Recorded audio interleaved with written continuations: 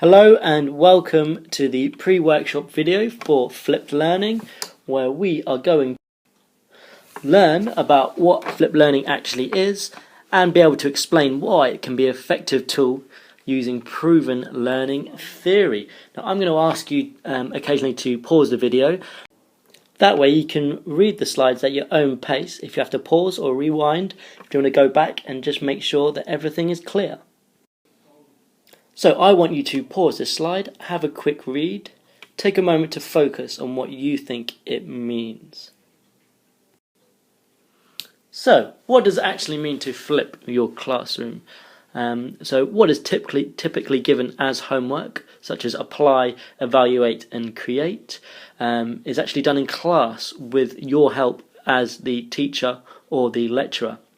And the flip side of it is what you would normally lecture and talk about to your class, the basic recall and understanding of content. Students actually do this before they come into the lesson. So through flipping the classroom, we can spend less time on the boring chalk and talk and a lot more class time on the engaging creative stuff that looks more at our upper half of Bloom's taxonomy. So by actually looking at class time, we're actually flipping the triangle onto its head and spending more time at these higher levels of creating, evaluating and analysing, which essentially are the cognitive skills that we want our students to have. Flipped learning started with two high school teachers who wanted to provide content for their students who were consistently absent from their lessons but still would be able to get the class material. They soon found that with that time, students were coming in saying, okay, I've got the content, now what? So they actually found they had a lot more time to focus on more engaging tasks that also focused on the higher cognitive skills. Take a moment and pause on this slide, because this is what we're now looking for. Example might be in science. The best bit of a science lesson for any student, of course, is the experiments. So if you can have done the content that you have to deliver before doing the experiments, before the lesson, then you can spend a lot more time within the lesson focusing on those experiments, those practical, those higher levels of Bloom's taxonomy.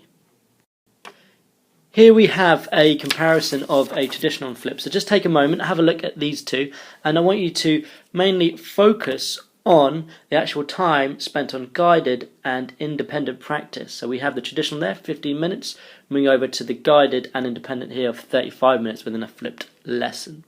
So think about you're wanting to have your students build that really cool, engaging working model of the lungs, where traditionally you would lecture but then you only have 15 minutes to work on. And in this model, you've then got a lot more time to build on it, because the students have been able to learn at their own pace what the content of the lungs already is. So they can come into class, quick recap, using your Q&A, and then straight onto building that really, really cool model. Very easy way to get started. Set up your own YouTube account for perhaps your faculty or even your department and begin to add videos, whether they're your own or someone else's. And what I want you to bring for the workshop, please, would be an example of any homework or pre-lesson task you have set. Doesn't matter what level it's been set at or who it's been aimed at. Just bring in anything that you can. Thank you for taking the time to listen to this, and we look forward to seeing you.